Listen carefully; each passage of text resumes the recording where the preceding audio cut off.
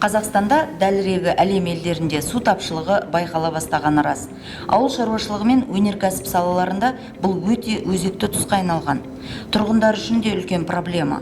Ал сумен қамтуға жауапты мекемелер мәселенің түйінін тұтыну барысындағы ішінара жасырын ақаулар мен ысырапшылдықпен байланыстырады.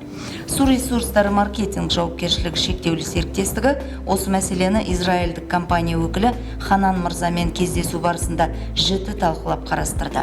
Аталған компанияның осы бағыттағы инновациялық тәжірибесі мол. Оның үстіне бұдан алдын Өзбекстан елінде су шығыны бойынша нақты көмек көрсеткен. Тәжірибелі мамандар Ташкентте аз уақыт ішінде су жүйесін толық тексеріп, 170-тей ақауды анықтапты. Сөйтіп, Ташкент су арнасы мекемесі су жоғалту, яғни су шығынын 1-20% азайтқан.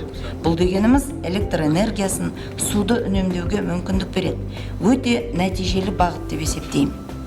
Израильдік мамандар су шығыны нүктелерін анықтауда спектрлік талдауды қолданады, яғни ғарыш спутнигіне жүгінеді. Бұл әдіс Марста су көзін анықтау барысында пайдаланылған. Енді мұны коммуналдық салада қолдануға мүмкіндік туып отыр.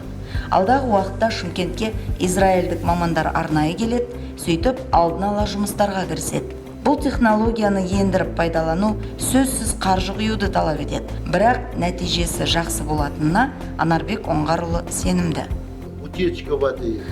Су шығынын азайтатын болсақ, түрлі авариялық ретке келтіру жөндеу жұмыстары өздігінен азаяды. Сондықтан бұл бағытқа уақыт жоғалтпай қаржы құюымыз керек. Бір жыл ішінде өзін-өзі ақтайды деп ойлаймын. Неге қолға алмасқа? Біздегі психология ақша керек дейміз.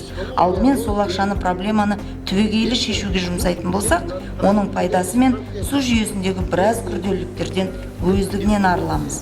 Өндірістен алатын өнім сапасы артады ең бастысы.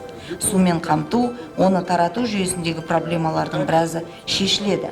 Жыл ішінде жұмсаған қаржыны қайтара аламыз. Сондықтан бұл өте ұтымды жоба. Су ресурстары маркетинг жауапкершілігі шектеулі серіктестігінің басшылығы израильдіктермен серіктесе жұмыс істеу нәтижелі болатынына сеніп отыр. Болашақта тіпті Қазақстанның өзге өңірлерінде де су шығыны мәселесін спутник арқылы анықтап, реттеуге мүмкіндік туады.